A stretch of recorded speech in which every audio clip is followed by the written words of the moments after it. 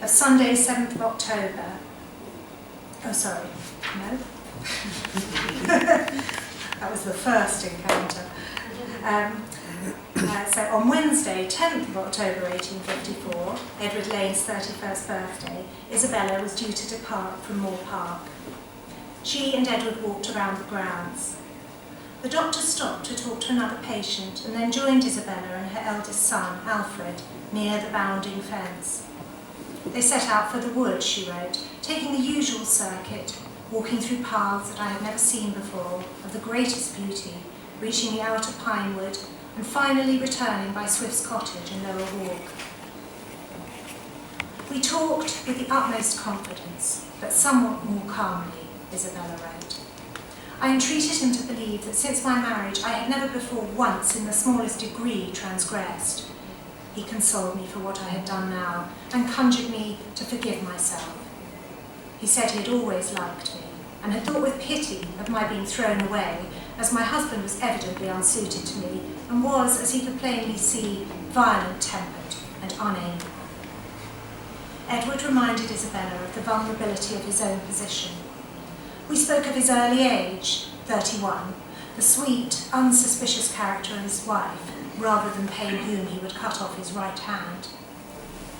They were moving on to the subject of Isabella's unhappiness, my often bitter misery and wish for death, when Edward's mother-in-law and wife, Lady Drysdale and Mary Lane, appeared.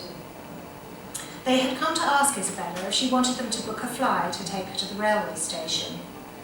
They were as warm and trusting as ever. They kindly received my determination to go away about 7 and went off again without one cold or displeased look. And yet we were walking arm in arm through those lonely woods and talking how earnestly. At 7 o'clock that evening, Isabella set out with Edward for Ash Station in a covered cab drawn by a single horse. She and Edward sat inside the narrow carriage, and her son perched with the driver on top.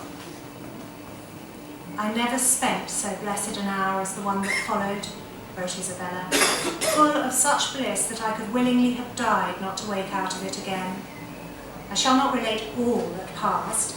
Suffice it to say, I leaned back at last in silent joy in those arms I had so often dreamed of, and kissed the curled and smooth face, so radiant with beauty, that had dazzled my outward and inward vision since the first interview, November 15th, 1850.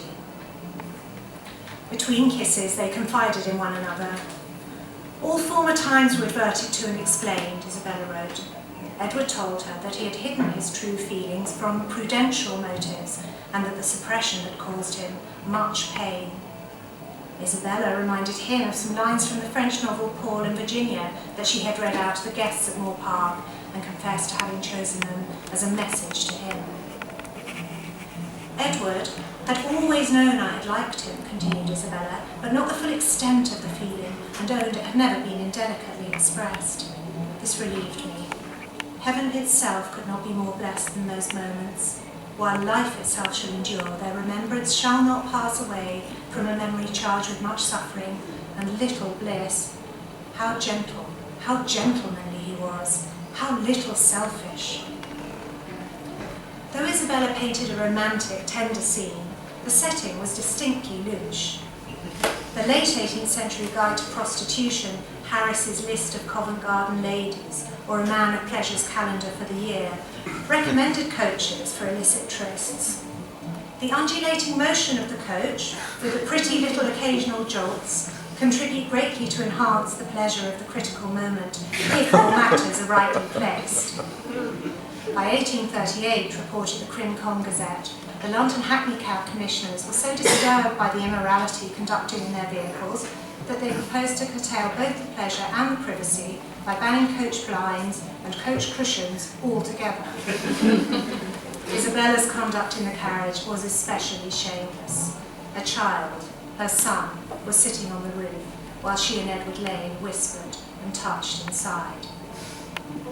As Isabella sat, demurely writing up these scenes in her diary, perhaps in plain view of her children or her husband, none could guess at the images swarming through her head and the journal's pages.